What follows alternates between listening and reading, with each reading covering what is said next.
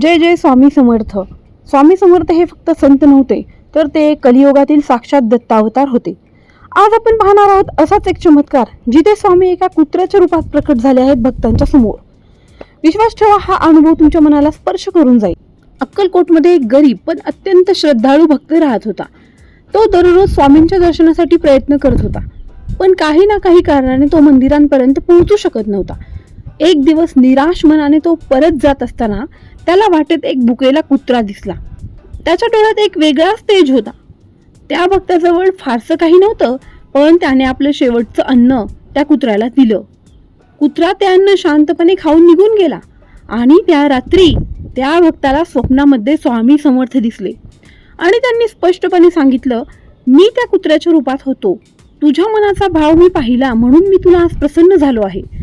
तुझं जीवन आता सुखी होईल. आणि खरंच त्या भक्ताच्या आयुष्यात नंतर सगळं काही बदलून गेलं.